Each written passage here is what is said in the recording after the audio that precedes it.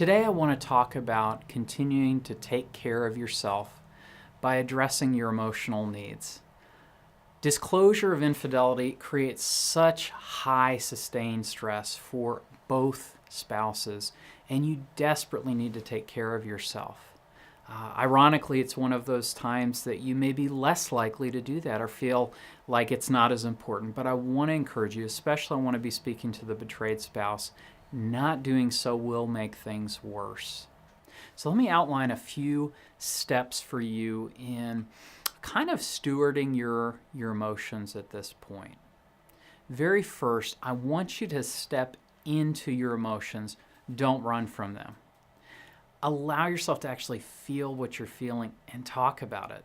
Journal about it. Cry about it. This kind of runs counterintuitive for most of us because when it comes to things that hurt or are difficult, we move away from them. But I can assure you, stepping into your emotions will help you to work through them rather than getting stuck in them. Second, I want you to kind of work to take a long-term perspective in the midst of each moment. Take time to define what are your overarching goals. For instance, if my goal is reconciliation in my marriage, I need to have that as a big picture goal in my mind and where I'm going. God references this in His Word when in Proverbs it says, where there's no vision, the people perish. We need that. We need direction. So know what your vision is. Have that written down because we'll need to come back to it in the midst of each day. The third thing I want to talk about really is, what are you saying to yourself? You know, we talk to ourselves more than anyone else does. Sometimes that's not such a good thing. So I want you to be mindful of what it is you're saying to yourself. Research shows us when couples go through a period of extreme stress in the relationship, both partners can have a tendency to interpret each other's behavior in the worst way possible. It's kind of a reactive snowballing that happens as we scrutinize every little thing our partner does and read the very worst into it. Every little upset, every bump in the road turns into a huge problem. We get stuck. Some example thoughts that you may be having in your mind would be, this always happens, or things will never change. My husband or wife never really loved me. See, this is the proof. I want you to step back and ask, why am I really upset right now? What is actually going on here? I need to take time with it. Put aside those previous thoughts, those, I call them sticky thoughts, those thoughts that suck me in and get me in that negative place. I also want you to invite safe people to help you make sense of it. You're in the midst of a very emotional, very difficult season, and so you need help sometimes when you're in that flood of emotion to really make sense of what it is you're going through. As you try to answer the questions of what it is you're going through, don't answer with big, expansive platitudes about how the affair was wrong or unjust or big statements about how awful your circumstance is. When we answer questions and hurts in the day with such broad strokes, this causes us to get more escalated and serves to kind of justify us getting destructive in our behaviors. Let's get specific instead on what's happening right now. What happened? What's triggering me? What's going on? Hold the conclusions that you come to loosely.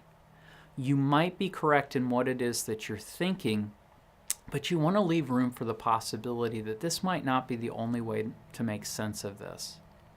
As you hold your conclusions loosely, as you don't give in to that reactive anger, holding your conclusions lightly will not put you in a position that you're allowing your spouse to get away with it or for you to be some kind of a speed bump or taken advantage of. Instead, what it's going to do is allow you to act with greater wisdom, clarity, and insight. Number 4, I want you, in taking care of yourself emotionally, to remember to ride out the waves of powerful emotion. In the midst of the emotional storm, it can seem like things will never end. It can seem like we've got to make a decision or come to a conclusion almost immediately. As strong as these emotions feel in the moment, ride the wave. Let it peak, and let it diminish. Don't try and figure everything out. Don't try to come to the conclusion or figure out the exact truth in that moment. You can't.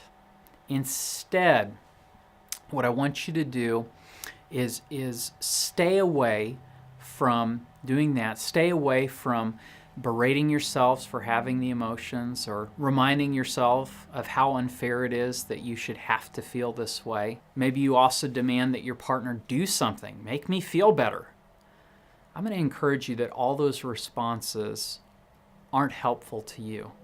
Again, I go back to imagining these feelings as waves that will come and they'll decline. They're a part of my new reality, which if you remember from our other grieving videos, I've accepted that this is my new reality. Fifth, venting. Sometimes you just need to get it out. It's a way of letting out all the intensity of the emotions that you're experiencing. You can write letters, journal, exercise, maybe just go get coffee with a friend, somebody who's safe, who's not going to pile it on, but can just sit there and listen. It's okay. Let yourself vent sometimes. Sixth, I want you to consider distraction.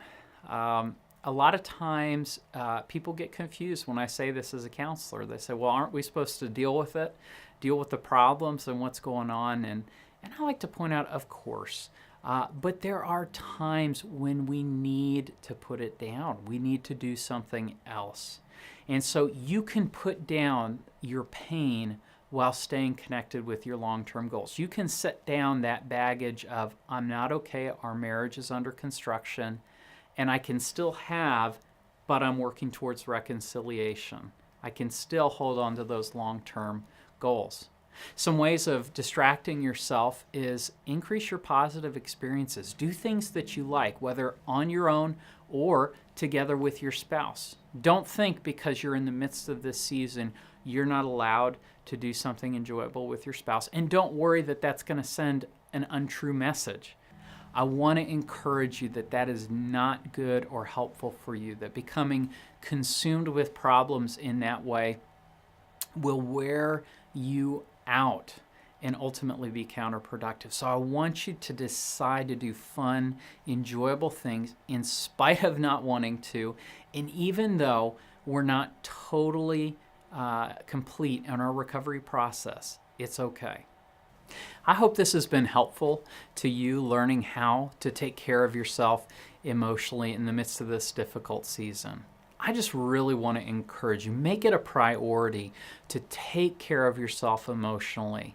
I want you to see and just hold on to, as you take care of yourself emotionally, you're doing something not only good for you, but good for your marriage. Thanks for joining me in this video, and we look forward to seeing you in our other MCO videos.